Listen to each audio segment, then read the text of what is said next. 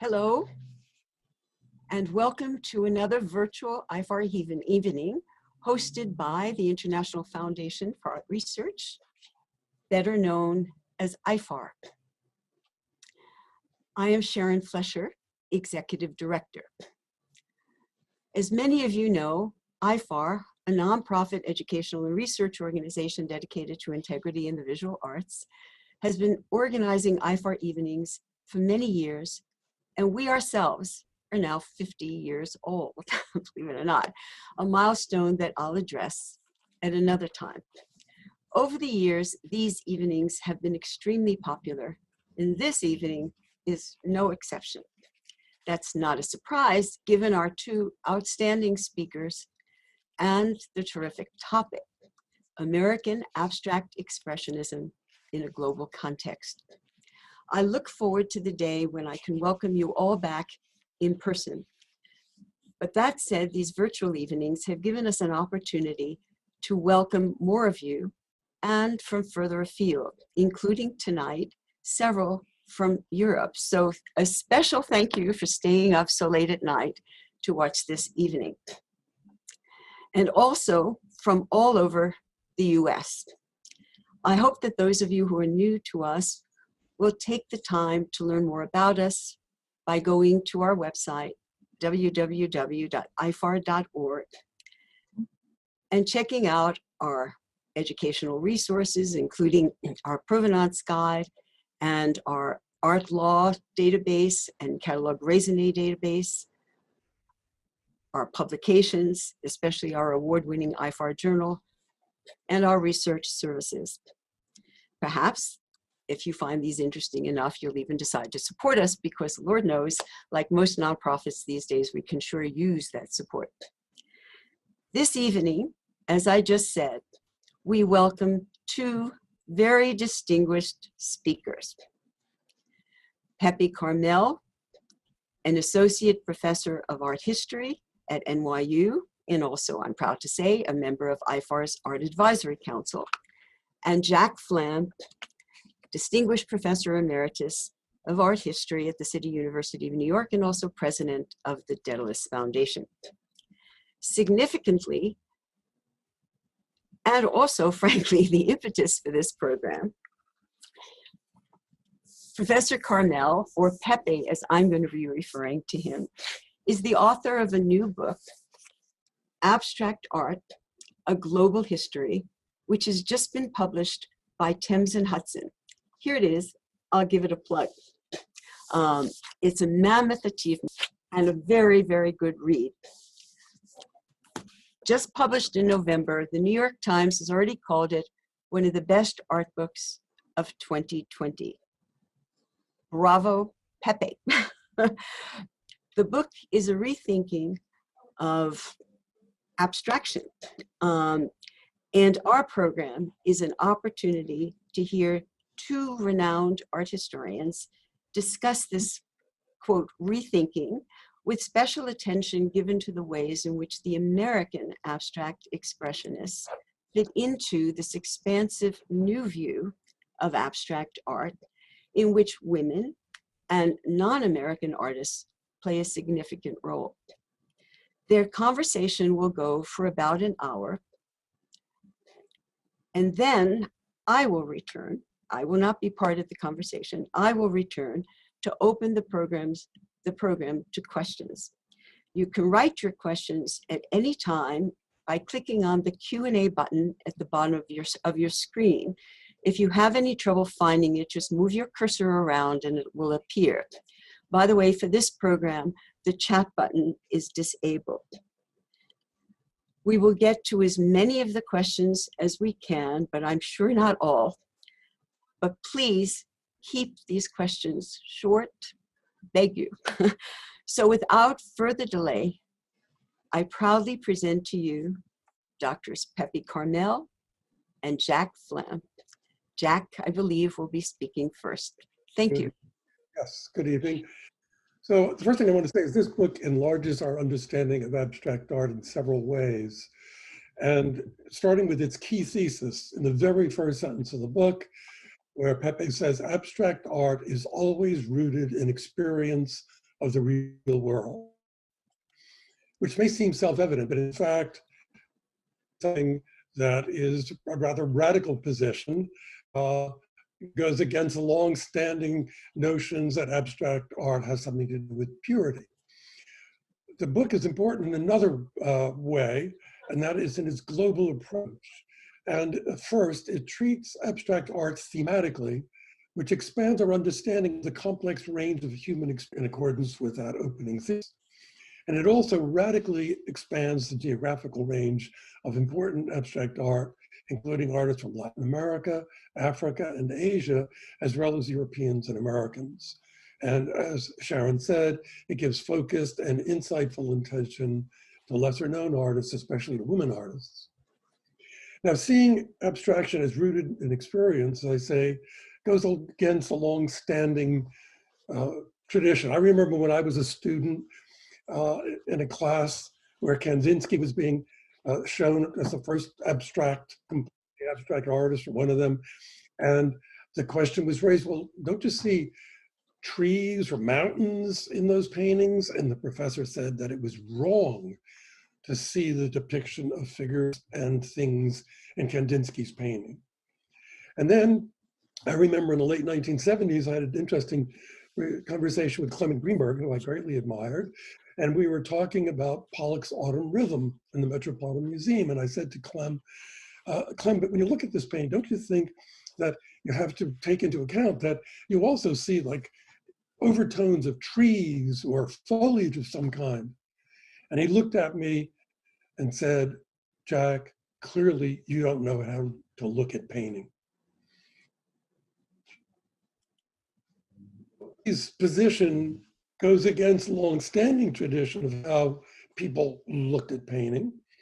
And in giving attention to artists who are not considered canonical, and frankly, in many cases are completely unknown even to sophisticated viewers, Pepe's book raises the question of how his new approach affects the way we see art that's already familiar to us, the core of abstract art, the abstract expressionists. And of course, between 1945 and 1970, this was the dominant way that abstraction was looked at, through this lens. So it's the same way that art had been looked at through a French lens for most of the previous century. Pepe's book made me keenly aware of the degree to which our, what we might call aesthetic ethos, so to speak, is culturally determined. And as you'll see in a moment, the layout of the book presents the art in an elegant and forceful way. Can we see the first spread now, please? Yes. It's actually an unusual format, an unusual approach in that it's divided into 5 chapters, each of which has a subchapter, each of which is thematic. And the page spreads are about, you can go to the next slide, please. The page spreads are about specific works, as here in the comparison between Kandinsky and Tinguely. And this is a wonderful approach, because even though the subject is treated in a synthetic, and if I can put it this way, abstract way, this grounds the book in the experience of individual paintings. And I think this is a really very important part of the way the book is conceived of intellectually and visually, structurally. So Pepe, could you say something about the way in which you approach these themes? Sure, thank you. Sorry, I was just unmuting, videoing, etc. myself. So yes, after many years of struggle with literally thousands of JPEGs of different abstract works of art and sort of shuffling them around like cards on a table, I ultimately boiled these down into 5 categories. And Kathleen, if we could go to the next image, or yeah, next image, please. So the categories are bodies, landscapes, cosmologies, architectures, signs, and patterns. Now, in the book, these are used to explore, art from many different times and places. And but today we're going to kind of zoom, so to speak, zoom in on abstract expressionism and American art in particular. So the examples I'm about to show you are taken from the book, but are restricted to American art of the later 40s and the 50s. Kathleen, if we could go forward again. Thank you. So for instance, here is Willem de Kooning's painting on the right with these kind of biomorphic shapes. And if you compare it to his drawing from a few years earlier on the left, where you can feel the presence of human bodies, you can see how that feeling of bodiness, that's probably not a word, but it'll have to do, bodiness gets kind of boiled down and condensed into these curved shapes. Kathleen, if we go forward again, please. Then there's the whole question of landscape. This is sometimes a bit of an outlier in abstract expressionism, although Jack and I will be coming back to this question apropos of Jackson Pollock. So here on the left, Joan Mitchell, who clearly was influenced by going to France and her encounter with the work of Monet, particularly late Monet in Giverny. And on the right, Norman Lewis, one of the few African-American artists associated with abstract expressionism, with this very subtle and moving image of a city night, so an urban landscape translated into abstraction. Let's go to the next images, please. Thank you. And then cosmologies, weirdly enough, as I discovered very early in this project, cosmologies are a major theme in abstract art, going right back to Malevich and the Russians. They were all obsessed with science fiction. But right now we're going to look at cosmology in the 40s and 50s. So you find really a surprising number of works like Jackson Pollock's reflection of the Big Dipper here on the left, or David Smith's Star Cage on the right. Picasso is somewhere hiding in the background behind this with his dot and line star chart drawings of the 1920s, and Juan Miró came back to that with his fabulous constellation drawings of the early 40s, which were shown at the Modern, I think in 1943, which I think was a primary impetus for artists like these. If we can go forward again, please. And then on the right, Richard Pousset-Dart. Here are two examples of architecture as an abstraction. So Pousset-Dart's wonderful Presence cathedral window. On the left here, we're going a little beyond abstract expressionism, but contemporary with it is Joseph Albers, having emigrated to the United States. Here's an untitled work, Adobe Variant, inspired by his visits to Mexico, where he encountered Aztec temple architecture. This was the subject of a great show at the Guggenheim recently. And then the last category as a kind of roundup, next please, of works reflecting man-made artifacts, signs and patterns. So for the moment, I'm just going to stick to signs. So on the left here, Bradley Walker Tomlin, this wonderful picture of the things that look like they should be alphabetic letters, but mostly aren't, on the left. And then on the right, Franz Klein's Nijinsky, which looks like a great piece of calligraphy. So if we can go forward again, one of the themes that Jack and I want to talk about this evening, however, is mixed types. Often some of the very best abstract pictures don't fall neatly into one category or another. They actually combine two different categories, managing to be simultaneously one thing and the other, which brings us back to Jack, to you, and to Clement Greenberg, and your story that you told about discussing autumn rhythm with Greenberg. Jack, Yeah, well, I think what you want to do is, there's something that's really very interesting, because in our discussions, I realized that you have an even more expansive view of the complex layerings of subject matter in autumn rhythm than simply autumn rhythm, that is to say, simply landscape. Okay, glad to hear it. Shall we take a look at autumn rhythm? Kathleen, if we could go forward, please. So given the title of this work, it just seems obvious that the painting must have something to do with landscape, that it's something like a forest in autumn with the leaves turning brown. And yet, here's the weird thing. When I was researching this painting back in the mid-90s, working up to the Pollock retrospective of 98, I was doing a lot of looking at Hans Nama's photographs. And Kathleen, if we go forward again. And I noticed that there was this photograph that you see on the left here, Pollock at work on this painting. He's actually completing his first pass across the picture. He worked on this painting from right to left. So here he is at the extreme left edge, just filling in the last bit of the first layer. And while I was staring at this photograph, I thought, wow, that looks kind of like a figure. And I got one of the computer experts at the Modern to help me straighten it out as if we could see it on canvas, which is what you see here. And then it looked even more like a figure. And then with many months of labor, using what now seems like very primitive technology, if we could go forward again, the technical people and I were able to make this very kind of crude reconstruction of the entire first layer of Autumn Rhythm. Each little bit of this has been cut out from a photograph by Hans Namath. The perspectival distortions have been corrected and it's been pasted together. This took us months to do. Then there's this bright computer science guy who figured out how to automate it. So now this kind of thing is pretty routine, but we didn't have the software to do that yet. And, you know, it was kind of a question, is this really what it looked like? You know, have we fudged it? Have we made this up somehow? I mean, there was a bright grad student, now a colleague of mine, who wrote an article saying, Karmel has clearly made this up, or, you know, fudged the results to make it look like what he wants.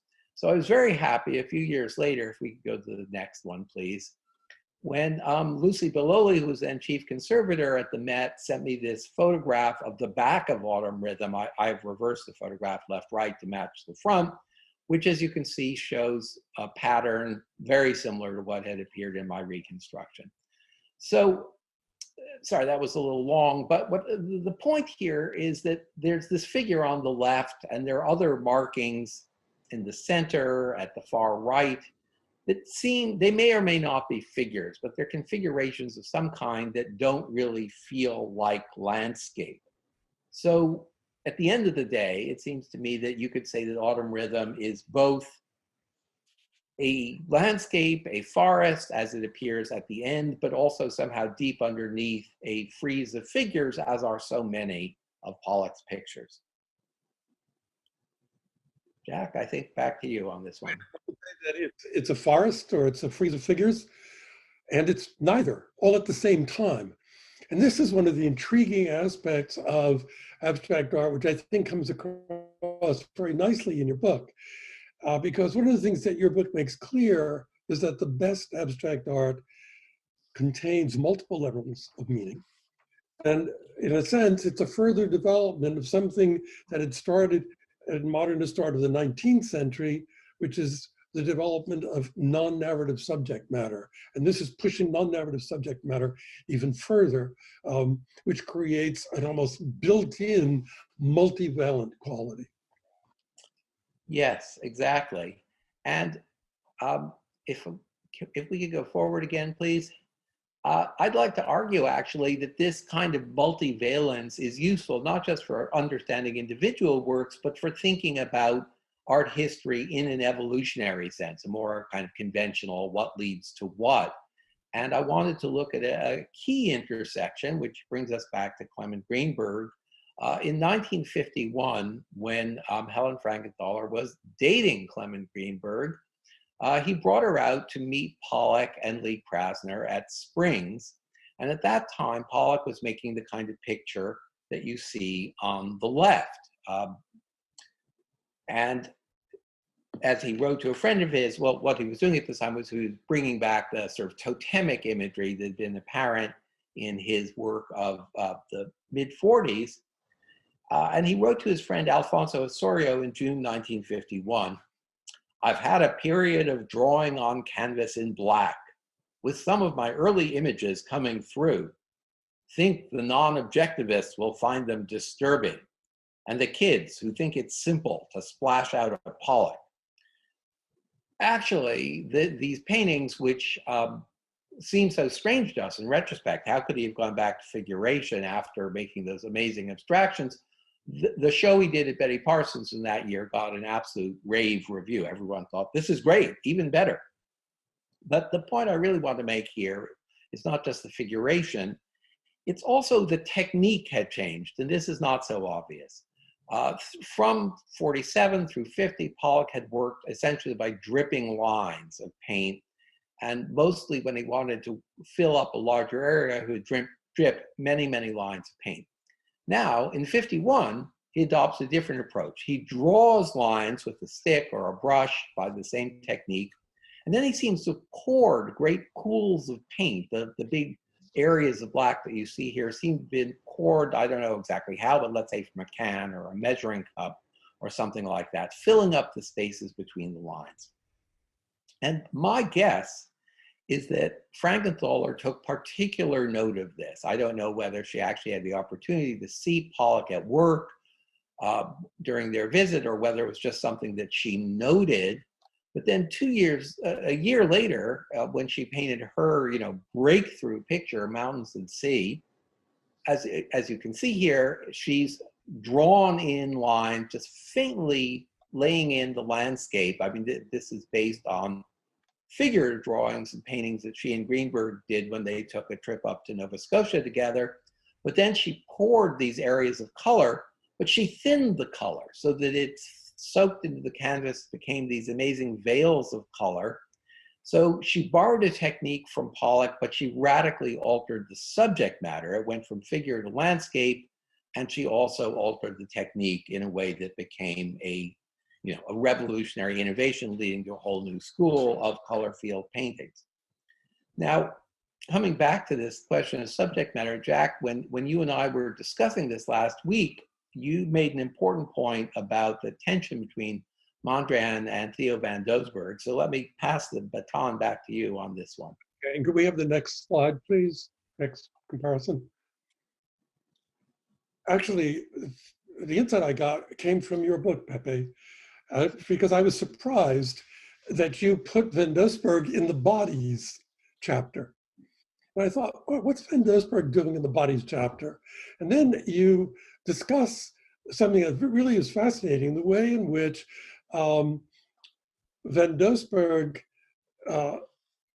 actually had his paintings photographed with the dancer in front of them to show how they were about movement. And that made me realize that in going against Mondrian's dictum, that only horizontals and verticals were permissible in abstract art, Van Doesburg introduced not only a strong sense of movement, but in doing so, he introduced a sense of time.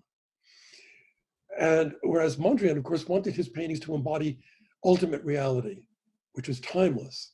So there's a really powerful philosophical idea that goes right to the root of the nature of representation in what seems like simply an adjustment, minor adjustment, horizontal, vertical, versus oblique.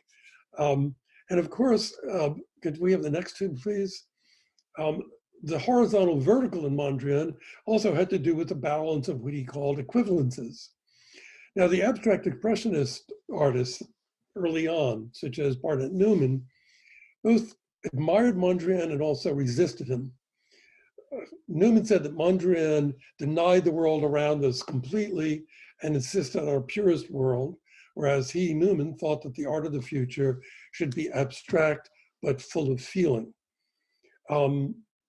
And actually, Mondrian had a very complicated relationship to the physical world. The way he expressed things verbally was often very idiosyncratic, because he thought that visible reality was important to the artist, but because it allowed him to formulate the objectivity that he needed to oppose his personal subjectivity, which is really a kind of philosophical acrobatic. Can I have the next slide, please? Now, Robert Motherwell also initially considered Mondrian's art to be too far removed from human experience. He says this in an essay he wrote in 1942.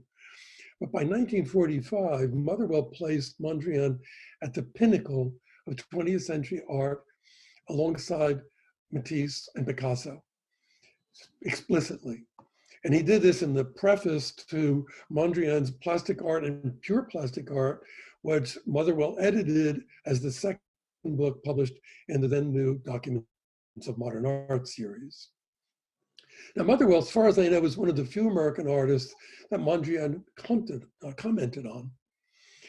In the fall of 1942, Jimmy Ernst ran into Mondrian at the exhibition, the first papers of Surrealism, where an early version of this Motherwell painting, Ricardo de Coyoacan, was being shown. And he asked Mondrian what he thought of it. And Mondrian said to Jimmy Ernst that he thought it was a very good painting, but, quote, too tragic, end quote.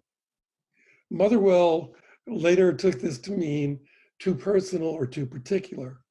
And I should point out here that Mondrian believed that the equilibrium of nature rests on the equivalence of its opposites, and that the tragic is created by unequivalence. Can we have the next slide, please?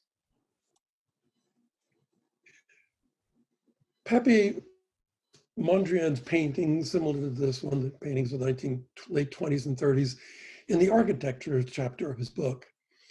And I would also place it in the cosmologies chapter, because Mondrian believed he was painting pure or ultimate reality, the plastic expression of which, he said, is attained by dynamic equilibrium.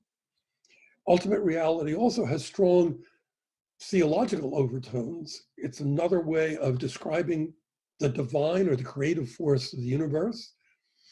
And in the 20th century, I think it's important to remind ourselves, the world was being conceived of in new ways. And as Pepe's book makes clear, this necessarily led to new ways of representing the world. Can I have the next comparison, please?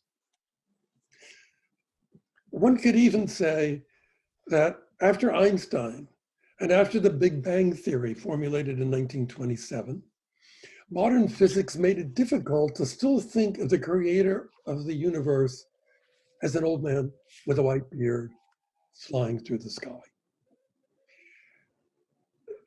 The forcefulness and what we might call the ubiquitousness of Mondrian's painting is striking. It formulates a new kind of space that is in effect placeless. And I think one can see a parallel with Big Bang Theory, which was based on the discovery that the universe is expanding in an intrinsic way, whereby the scale of space itself changes. So the universe does not expand into anything and does not require space to exist outside it. It is in dynamic equilibrium, like Mondrian's painting. So I think now we can shift a bit and talk about ABEX in a global context, Paris and Japan. Kathleen, if you could go forward. Yes, so we indeed, we promised you an international context, and by God, we're going to get to it now. So we're going to start with Paris, and if we could go to the first, next slide, please, thanks. The question of how does New York school painting stack up against the famous post-war school of Paris was one that was very much on people's minds here in New York in the early 50s. You know, in a way, this is where the history books are a little deceptive. You know, we tend to take it as a given, at least until recently, that, yeah, in 1945, somebody flipped the switch and everything important happened in New York and nothing important happened in Paris. Obviously not true, and visibly not true to people concerned with art in New York in the late 40s and the 50s. So for instance, Sidney Janis, just sort of starting his career as a gallerist, did this, what looks like a fantastic show in 1950, young painters in the US and France. So on the left, he paired Dubuffet and de Kooning. If we could go to the next, please. And these aren't exactly the same pictures, but I don't want to spend time on these, but just to say, you know, we should stop and think someday about what does it mean to see these as equivalents, as two different versions, perhaps, of the same thing. And then if we could go forward again, the pair on the right was Nicholas de Stael and Mark Rothko. So de Stael's work is visibly a landscape. It seems to be a bay somewhere in the south of France with rocks in the foreground. And water reflecting the red light of the late afternoon. And the Rothko famously or notoriously, you know, his paintings often resemble sunsets. There has just been, maybe it's still up, the show of Rothko and Frederick Church at Mnuchin Gallery, which makes this pairing explicit. It's an idea, really, that goes back at least to a key article by Robert Rosenblum from the late 50s on the abstract sublime. So there's much more to be said about this, but instead I want to go, if we could move forward, to a particular comparison, a kind of battle royale between two artists, Pierre Soulages and Franz Klein. I don't mean that the two of them had anything against each other personally, but this seems to have been an opposition that was a hot topic of discussion in the 50s and 60s, and as late as the 1980s, when I took a seminar on abstract expressionism with William Rubin at the IFA, he kept coming back to this contrast. It was, I mean, Rubin knew a tremendous amount about French art and appreciated. He wrote his Ph.D. thesis on post-war art in France. Nonetheless, it was really, really important to him to insist that Franz Klein was a much greater artist than Pierre Soulages. And Jack, I think you had mentioned to me that, you know, in your experience being part of these conversations over the years, there were, you know, particular reasons that people gave. Yeah, people talked about Klein as having more energy, it's kind of raw energy, whereas Soulages was supposed to be too refined. That Klein was spontaneous and therefore more authentic as well as more energetic, as opposed to Soulages would seem to be more considered. I mean, I have to say, looking back at this now, this all seems like a very provincial argument, doesn't it? Indeed it does. And I think, you know, not to anticipate, but I think that's sort of the takeaway from, you know, approaching the topic for tonight, which is that things that seemed like universal verities about the New York school in 1960 or 70 or even 1985 now seem a little bit provincial. But let me pick up on one phrase that word you've used here, which is spontaneity. And of course, you know, this is a foundational idea for some of our ideas about abstract expressionism. There's Harold Rosenberg's famous argument about action painting, that, you know, the painter goes up to the material, goes up to a piece of material with another piece of material in his hand and has no idea what he's going to do and just let something spontaneous happen. And one of the problems with this theory, as applied to Franz Klein, is that at a certain level, we know that's not true. If we could go to the next image, please. Because it turns out that almost all of Klein's major paintings are preceded by studies. And there was a great show of these at the Whitney, I don't know, 25, 30, 35 years ago. All these little studies, in fact, were done on pages of the New York telephone book, which was kind of the cheapest source of paper that Klein could find to just, you know, put down a white layer as a kind of gesso and then paint some stuff in black. These have got to be a conservator's nightmare to take care of these days. But here we see, in any case, this study for this painting, Nijinsky. And let's say that the study was done spontaneously, as Harold Rosenberg says. Well, however spontaneous it was, obviously in blowing it up, you know, like a medieval artist blowing up a composition to put it on the side wall of a chapel, he's very carefully transferred each piece of the composition onto a much larger canvas. So that even if there's a look of spontaneity and raw energy, to some extent that is being simulated, that Klein is very carefully, very studiously making a series of marks, and then if you look closely, corrections on the big canvas. A very big painting, it's at least 6 feet high, maybe bigger, making all these marks and corrections to reproduce the effect of this little telephone page size study. So, you know, what happens to the concept of spontaneity? Does this even survive this kind of comparison? Well, it's interesting because something that runs through a lot of abstract expressionist painting is the idea, the impression of being spontaneous. And that it puts an emphasis on energy. And it also, since the impressionist was understood to be a sign of authenticity, the spontaneous gesture is the authentic gesture. It's a kind of primitivism, you know, based on that. So I think that one has to understand that to some degree, these notions of spontaneity that we talked about frequently as if it was actually enacted, is something that is frequently calculated to give the impression of spontaneity, even though the work itself is very thoughtfully executed. Yeah, so maybe that's what matters, is the impression, is the idea of a kind of visual energy and spontaneity, you know, that you get that feeling from it, and whether or not it's authentic doesn't matter. But then I think we have to do, you know, some serious reworking of our ideas about abstract expressionism to let go of a certain idea of authenticity and replace it with a performance of spontaneity, which is not the same thing as a spontaneous performance. But another conclusion that I take away from the Klein-Soulages comparison, if we could go forward again, please, is that maybe it's a mistake even to think of Soulages and Klein as trying to do the same thing. If you think of Soulages as the French Klein, then okay, maybe he's not as spontaneous, maybe he's not as energetic or whatever.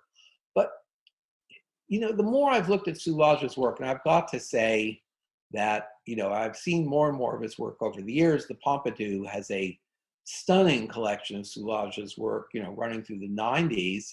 I mean, for one thing, he had a much longer career than Klein, who died quite young. So, you know, there are things that become apparent when you look at Soulages over la longue durée, as the French say. That the qualities we're looking at in Klein are not what Soulages was trying to do.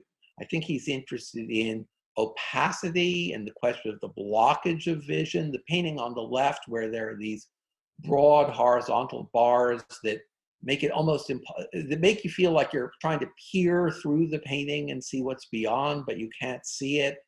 There's a stickiness and a kind of drippiness. Indeed, this seems to have been done with tar mixed into the paint. Not as weird as it sounds, you know, bitumen, which was widely used in 19th century painting, is essentially a form of tar. Miro had used tar in paintings in the 1930s and so forth. There was actually a tradition of this, but Soulages was applying it to abstract painting. So that sense of stickiness, something vaguely, I think, kind of intentionally even repulsive, maybe a little bit of surrealist abjection creeping in here. These are simply different qualities, different desiderata than what Klein was after. So let's pause the Paris-New York thing here. Yeah, before we do, I'd just like to say, I think you're right on the mark. And I think that, you know, evoking energy is not really Soulages' goal per se. And that for a long time, I think Americans had trouble seeing Soulages with justice. That Soulages is a great painter. And people in this country often miss that because they were looking for something else. They were looking for something more like Klein. Exactly, exactly. And so in the end, this becomes for me a kind of object lesson in not being blinded by our preconceptions about what a certain kind of painting should be, when those preconceptions are based on the, in the end, limited experience of the New York school. And to that point, let us quickly shuttle to the other side of the globe. So here we're going to look at East Asia, and I guess we can go straight forward to the next image, please. And the question of Klein and calligraphy and Klein in painting in Japan and China. And there's an old cliche that Klein's pictures are calligraphic, and, you know, that would be probably, you know, that's where he would go in my book. But in fact, and so you think of them in relation to things like, you know, the calligraphic tradition in China, as with this, you know, example from the 13th century on the left. But in fact, there really isn't any evidence that Klein was interested in calligraphy. Not that it's impossible. I mean, Mark Tobey was interested in calligraphy and, you know, spent time in Japan studying calligraphy, but Klein was in New York, not in San Francisco. And as I said, not really, as far as we can tell, simply not interested in calligraphy. It's just, you know, we look at this and think it looks calligraphic. But so did Japanese artists of the 1950s. It's been documented that Klein's pictures were reproduced in Japanese art magazines, and people went, hey, look at this. You know, those beautiful little calligraphic inscriptions we've been making, we could blow them up to be 2 meters high, and then they'd be great, big, powerful abstract expressionist paintings. And then the story gets more complicated. You know, you start with that idea, but let's go to the next image, please. One of many people who had some version of this reaction is the artist on the right, Shiraga Kazuo. And here, you know, in New York, he's typically referred to as Kazuo Shiraga with his personal name first, but I feel, hey, if, you know, in Japan and China, the family name comes first, so let's try to respect that. So like many artists who were part of the Gutai movement, and here I'm relying, as always, on Alexandra Monroe's amazing scholarship on this. So like many Gutai artists, Shiraga was deeply influenced, not so much by Pollock's actual paintings, because none of them had made it to Japan in the mid-50s, but by the photographs of Pollock at work. So once again, you know, the body gets into the art because now he's literally making it with his body. And there's a new set of qualities that emerge here. The point I want to make is that there are certain kinds of marks that occur when you're using your feet. Thank you. Great. So this is a very particularly well-known Shiraga from a few years later, from 5 years later. It's in honor of a famous, I think, although it says Chinese hero, I think he was a monk, Chibose. And we see these red slashes and black slashes. And once again, one's first thought really is Klein, not Pollock, but Klein in terms of the character of the marks. But the actual language of mark making is not the same as Klein. Let's go back to the Klein, actually, if you could go one ahead. Great, thank you. I mean, obviously these are similar in some ways, but there's a kind of angularity to the Shiraga, which is not there in the Klein. And I think that angularity has something to do with the fact that he's using his legs and his feet. And if you think about it, you know, your elbow and your wrist are hinged so that you can make a big curved shape, either with your elbow or with your wrist. You know, there's fantastic flexibility, which is why painters usually paint with their wrists and their elbows. Your feet don't work that way. I mean, your knee really wants to go forward and back. It does not want to go sideways. Do not try to make it go sideways. You will just hurt yourself if you do that. And therefore, Shiraga tends to make these long diagonals or straight lines with very mild swerves. I mean, by this time, by 61, he's working in this harness dangling from the ceiling so that he can actually spin himself around. But there are certain restrictions on his movement that come from his decision to paint with his feet.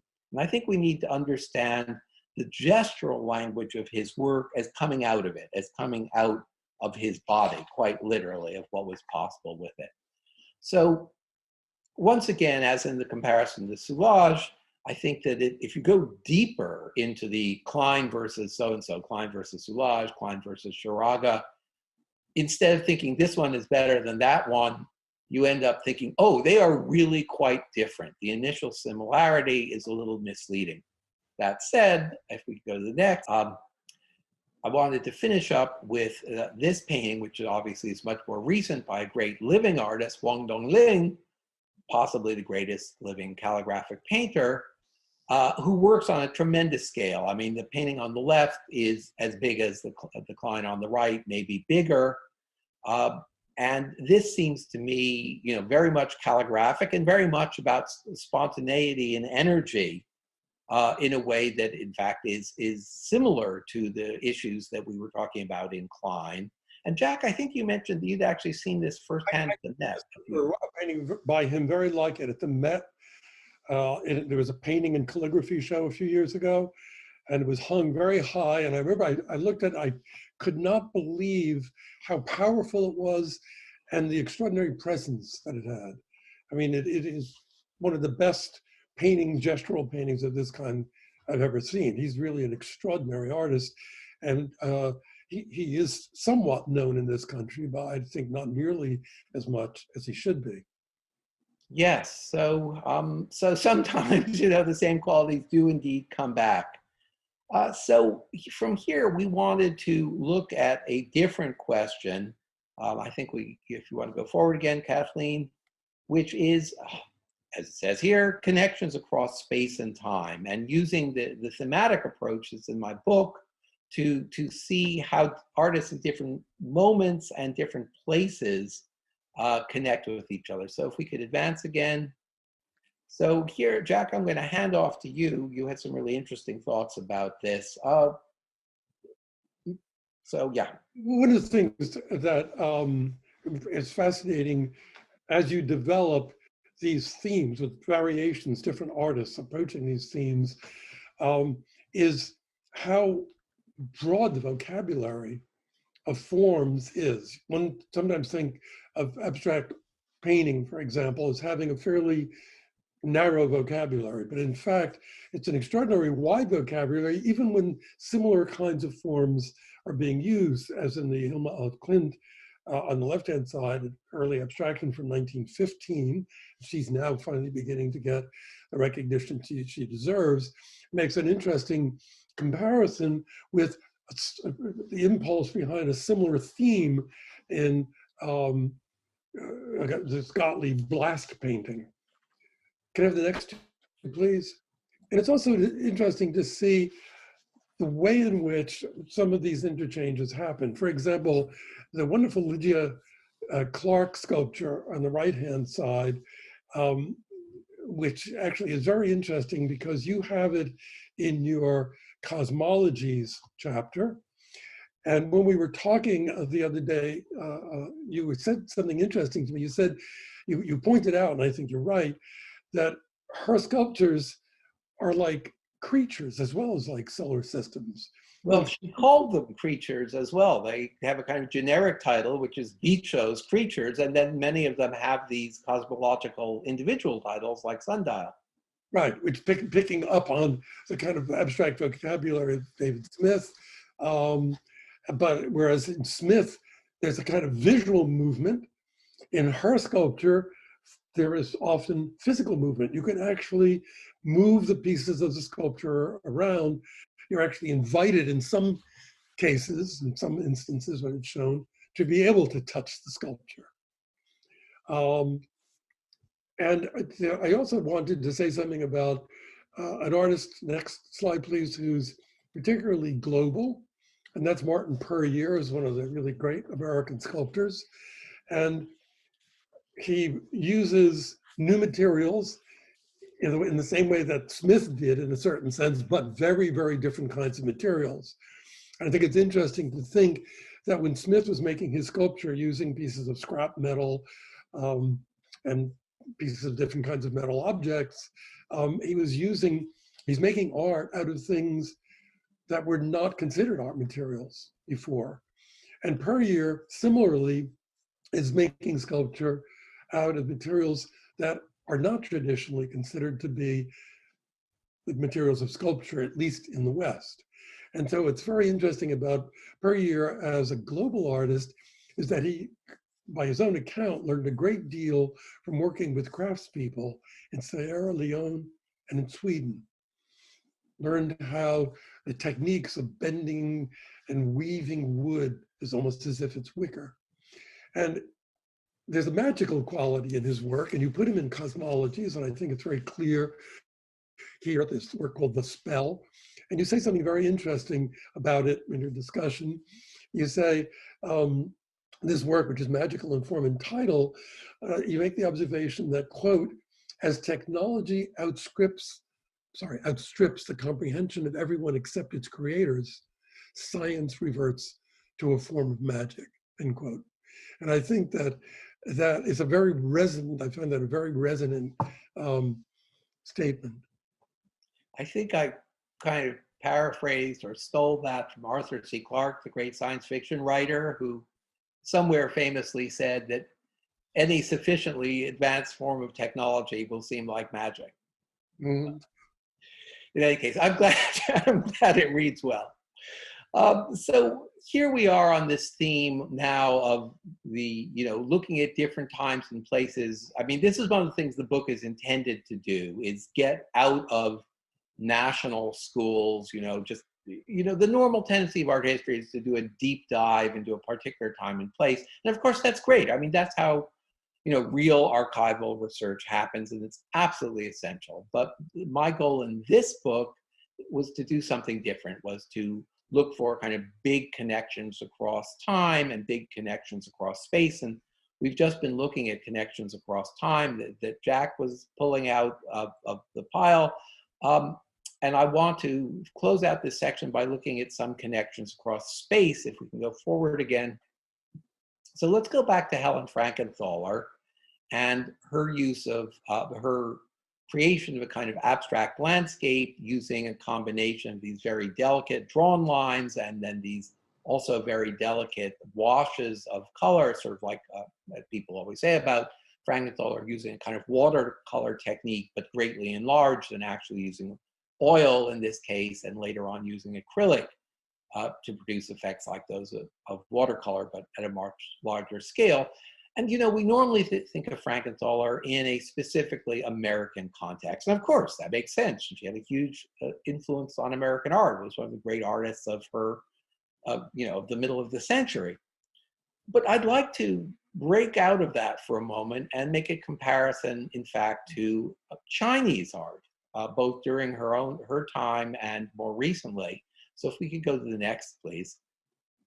This is a painting by a Chinese artist, originally from Taiwan, named Lu Kuo-sung, who is in fact one of the great masters of contemporary ink painting. I think he's still with us. He just had, recently had an 85th birthday anniversary, huge retrospective, I think, in Shanghai.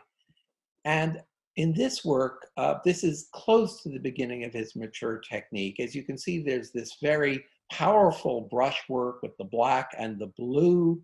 And then there are these sort of lightning bolts of white crisscrossing the brushwork. These are actually produced by tearing the paper. He found a kind of Japanese paper that he liked, which had threads. And so having painted the original composition, he could physically pull threads out of the paper and create these channels of white, removing the paint by that method. But just sticking with the initial painting or ink painting for the moment, obviously this stands somewhere in between calligraphy and landscape, that the marks feel calligraphic, but at the same time, they suggest ridges of mountains extending into the distance, with the empty white spaces to the lower right and the upper left suggesting perhaps a bay or water at lower right, mist moving across the landscape at left. And these empty spaces are, of course, parts of essential elements in traditional Chinese painting. They're called liu bai, these intentional blank spaces in between the drawn or painted imagery. So you can feel a kind of companionship or affinity, as Bill Rubin used to say in another context, affinity between what Liu is doing in 63 and what Frankenthaler was doing in 52. I don't think there's, well, one doesn't know. Maybe, actually quite possibly, Lu Kuo-sung was aware of Frankenthaler's work, but I don't imagine that he was specifically thinking of her, but you can see them using materials that stain into the support to produce these related effects, to produce related but different kinds of abstract landscapes. And then let's come up to the present. Kathleen, if we go forward again. Here's a more recent picture by another artist, Shen Jin, who, as you can see, is also using ink on paper, but combining very solid, dense ink with washes of ink so that certain forms are very hard-edged, others just seem to melt away. The gradations of light and dark give a kind of shocking feeling of three-dimensionality. And I mean, he calls it a landscape. I think you would probably come to that conclusion even without the title. And perhaps Shen's work is closer in some ways to that of Paul Jenkins, another artist who worked with stained paints and so forth, and had a very important career from the 50s into the 70s. So it seems to me there's just endless room to go on looking for these affinities and possible connections amongst artists from different times, different places, and that this allows us to just tremendously expand our idea of abstract art, what it is, what it can be. As Jack was saying earlier, the really broad and diverse vocabulary of abstraction as opposed to the relatively narrow vocabulary that you get when you read a conventional history. And so having, gone way out to the, other side of the world, I thought we'd close, or we were thinking we would close by coming back to the New York-Paris comparison, worrying at it one more time. Let's go straight to the pictures. If you, last slide, please, Kathleen. And we were talking, Jack and I, about Volz, the German-French artist, and Pollock. So I've brought back Pollock's reflection of the Big Dipper here. And here's a Volz from exactly the same year. Green covers red, big orgasm. So let me guess, it has something to do with the body. But it seems to me that there's a fantastic kind of ecstatic energy in the Volz here. And I at least am inclined to say, okay, this has the kind of energy and sense of ecstasy that we go to Pollock for, and here it is being made in Paris in the same year. Maybe we need to rewrite the history books. But Jack, I think maybe you had a slightly different reaction to this. Yeah, I don't disagree with the value judgment, but I think it's interesting to point out that the Volz is concentrated in the center, whereas the Pollock is an all-over image. And this is often said to be one of the great characteristics of Pollock's painting. He sort of breaks that cubist paradigm of having the forms sort of clustered toward the center. But then again, when we were talking about this, you asked me an interesting question. You said, but is all over necessarily better? Yes. I mean, look, I grew up with it. I love Pollock, and I've God knows how many classes I've taught where I talk about all overness as the great breakthrough that takes us from the 40s into the 60s and minimalism and so forth. But looking at these two pictures, I find myself thinking, what's so great about all over? Is that really so essential?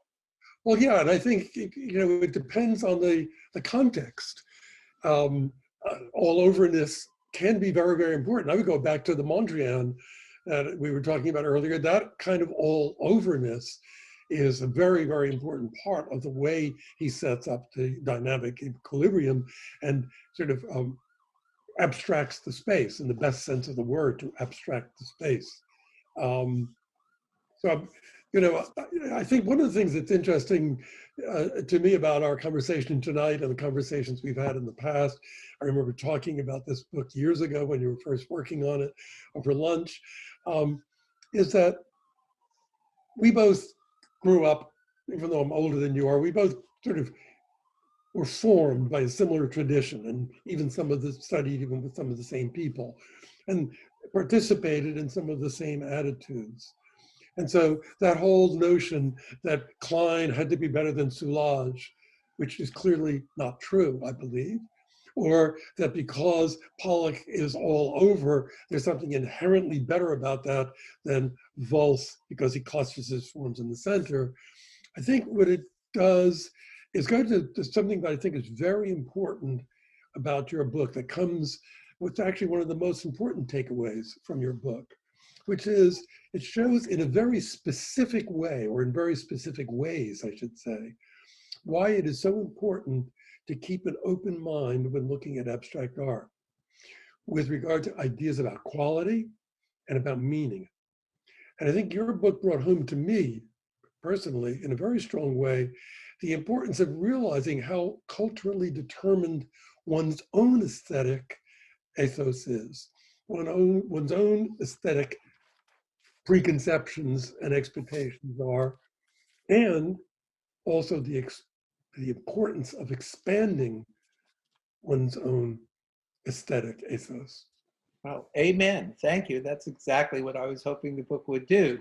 So I think we, amazingly enough, reached the end of our slides. And Sharon, we can hand the baton back to you now, Kathleen. So first, before anything else, let me thank both of you, truly. Bravo, bravo.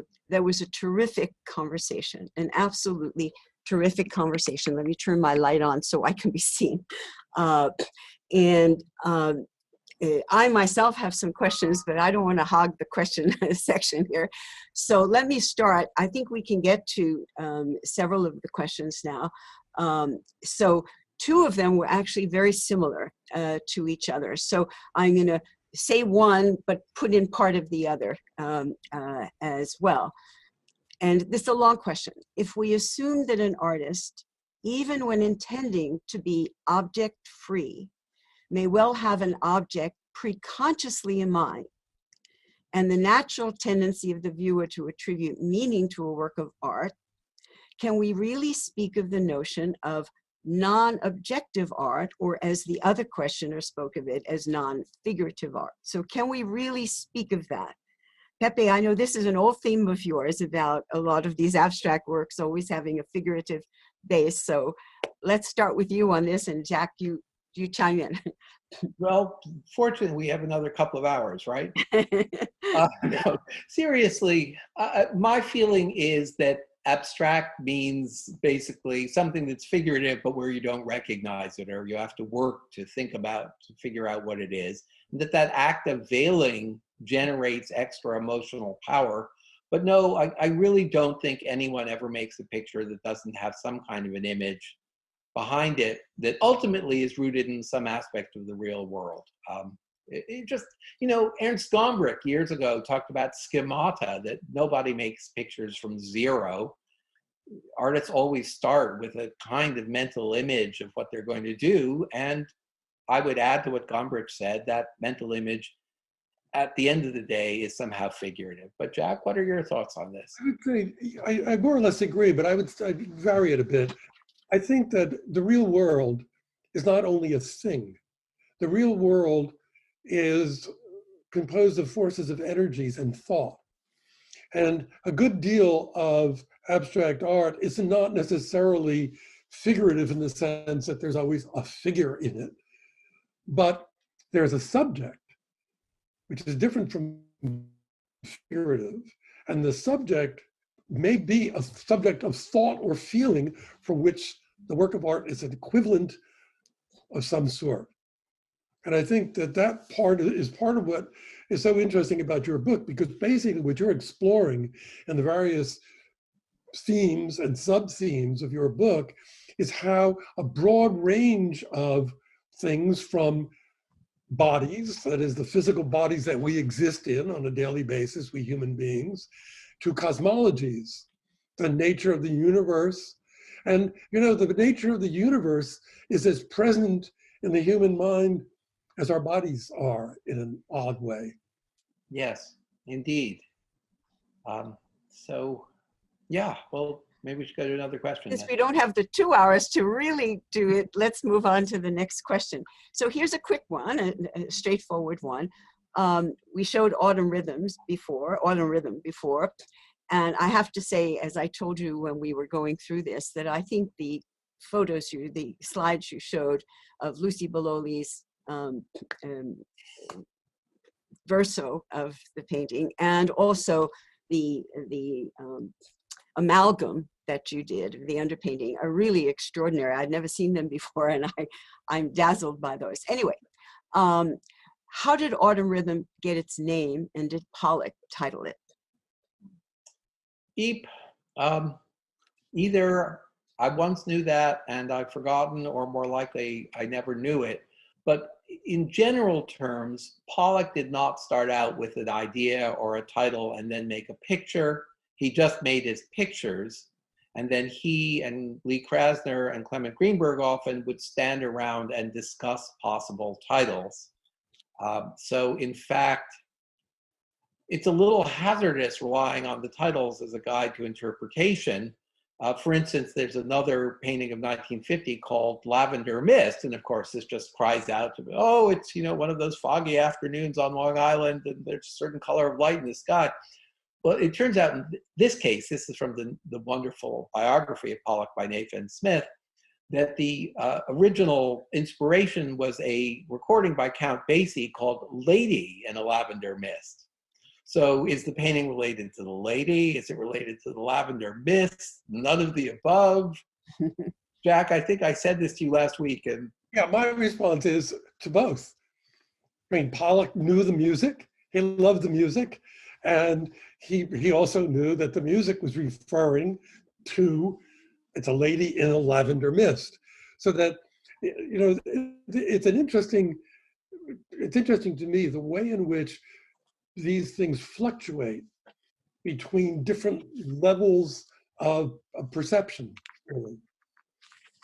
So Well, lavender mist is a thing, but it's also a piece of music, but it's a piece of music that has a thing or an energy, if you will, an essence as a title. And in fact, in this case, it's a lady in a lavender mist. So the whole thing becomes rather complicated. And I think that complication is what makes these things so resonant. yes, but I can't resist adding a cautionary note about titles. This is an anecdote from when I was in Bill Rubin's seminar in '86 or whenever that was. And I should explain that Rubin started out to be a musician and probably, you know, was going to be a conductor or something like that. He was deeply versed in classical music and I believe a great piano player, though I never heard him. I actually heard him play the piano. Yeah. And how was it? Very good. So he got a letter or something one day from a graduate student who'd been writing about Morris Lewis's painting Saraband and had published this really very smart essay about what kinds of rhythms that show up in a saraband and how those rhythms can be seen in Lewis's painting. And Rubin said, look, I'm really sorry, but Morris Lewis did not give that painting the title. I gave that painting the title when I bought it. Oh. So the title says nothing about Lewis's intention. Right, but the title may say something about the painting, and that's in itself interesting. Okay, fair enough. Yeah. And by the way, you know, Motherwell almost always titled his paintings after he painted them. And I think that that process, I mean, many abstract artists paint the painting first and then come up with the title. And I think most abstract artists are aware of the fact that titles can be very important. That is to say, by putting some sort of a thing or an idea in association with a work of art, you point the viewer's sensibility in a certain direction. Yeah. And if you don't do that, if you purposely don't, if you say number 5 or number 11, by giving it an abstract title, as it were, a musical opus number type title, you're also saying something. You're saying, I don't want you to make an association. Yes, which is what Pollock did, and then lots of other artists like Soulage, who numbered his paintings. So Sharon, there's probably more questions that we're evading. Yes, okay. No, you're not evading. It's an interesting discussion. It's a conversation, but we do have more questions. So, and they're interesting. They're very diverse. In this one that came up here, actually, in addition to now, before, there was a slide of a Norm Lewis painting, but very quickly passed because we didn't have time for it. You didn't have time for it before. But he is an African-American artist who painted, at least briefly, with the abstract expressionists. Were there other African-American artists who painted along with the expressionists? And if not, do you have any theories as to why not? Well, the short answer is yes, there were. I mean, first of all, I mean, I wish there'd been an opportunity to say more about Norman Lewis, who's a wonderful artist, and it's great that he's being rediscovered, you know, since 5 or 6 years ago. But one of the reasons that I think he's been, you know, comparatively not looked at so much is that his work is actually very different in character from that of de Kooning or Pollock or Klein. It's really closer in character to Maria Helena Vieira da Silva, the French-Portuguese artist. You know, I actually pair them in my book, and they showed at the same gallery in New York. So, you know, there was, I think, a contemporary perception that, you know, they were doing a related kind of work. But what happened in the 50s was that there, you know, Romery Bearden had an abstract expressionist phase. Beaufort Delaney did, although he was in Paris when he was doing it. And there are several more artists. The thing is that the real explosion of great abstract painting, even gestural painting by Black American artists is more in the 60s. And, you know, other artists that we've rediscovered recently, like Jack Whitten, or artists like Sam Gilliam, who comes out of Colorfield, who's literally, part of the Washington School. That's where he was based, and it was encouraged in that direction by Noland and Lewis. So I think the heroic chapter of African American abstraction starts a few years later. It really starts in the early mid-60s and builds from there. And of course, including people like Alma Thomas, who, Jack, I don't know if you're aware of this, but before she got to her classic style that we know, she was actually doing some interesting experiments in the style of Matisse's cutouts.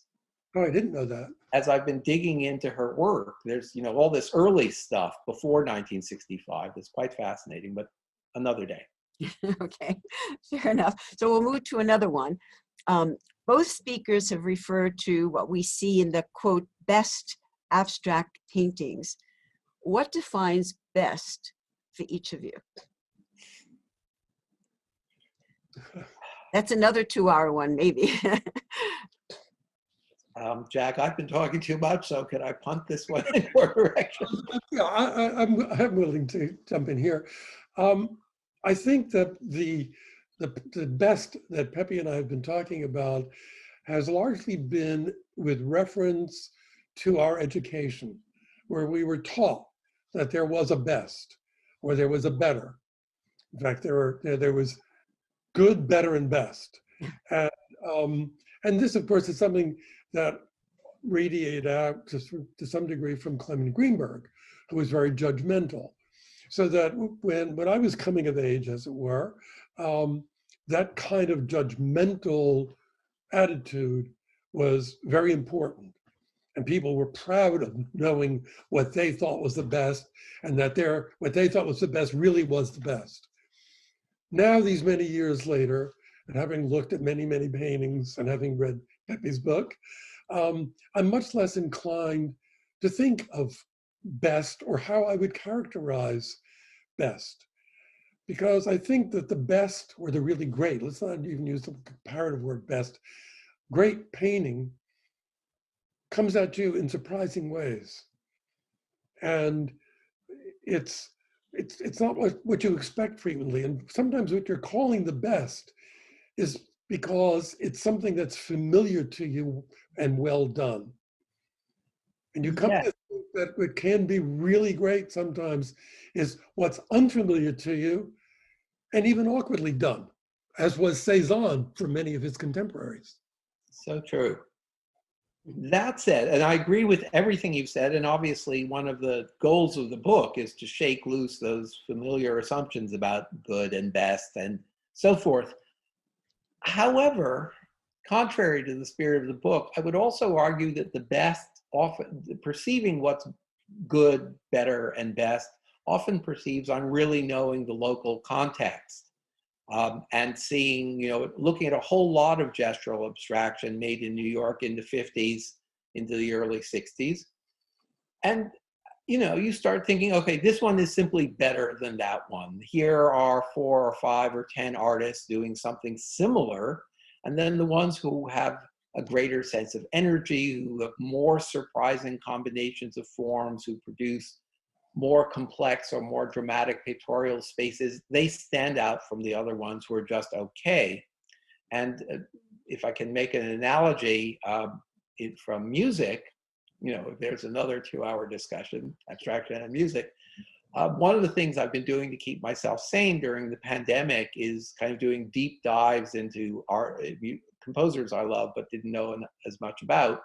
So I bought the complete box set of Haydn's string quartets, and there's like 25 CDs in this box set, and I've been repeatedly working my way through the cycle, and much of it is just wonderful.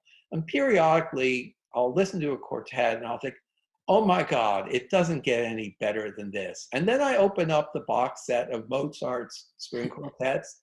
I think, nah, actually, it does get better than this. Yes, touche, I agree with you. Okay, we don't have much time. Actually, we're going just to drop over. So someone who may wish to sign out, feel free to, but I hope the rest of you will stay on just for a couple of more questions. We can make these brief. someone asks, what about the impact of scale? Because so many of the paintings we've looked at are very large ones, but of course some are not, in context of both the Americans and of course also the non-American artists. Well, that was one of the great American things, was making really big pictures, although sometimes that's exaggerated. I mean, people seem to think that all of Pollock's paintings were enormous mural-sized paintings. Most of them weren't. Most of them were kind of easel-sized paintings. And, there's photographs of him at work. I think this is by Arnold Newman, not by Namath. He's leaning over this enormous piece of canvas, the same size that, say, Autumn Rhythm is on, and he's blocked out a little area, like a painting you could hang in your living room easily, and he's painting this little picture on that corner of this great big canvas. Nonetheless, the scale made a big impact, and we know that when the New American Painting toured Europe, that's what finally, in 57, 58, that's what finally convinced the Europeans that something was indeed happening in New York. And then painters in Paris and Italy start making much bigger paintings. Indeed, Juan Miró at the end of his life began making huge mural scale paintings that are his response to Jackson Pollock. Mm-hmm. Jack?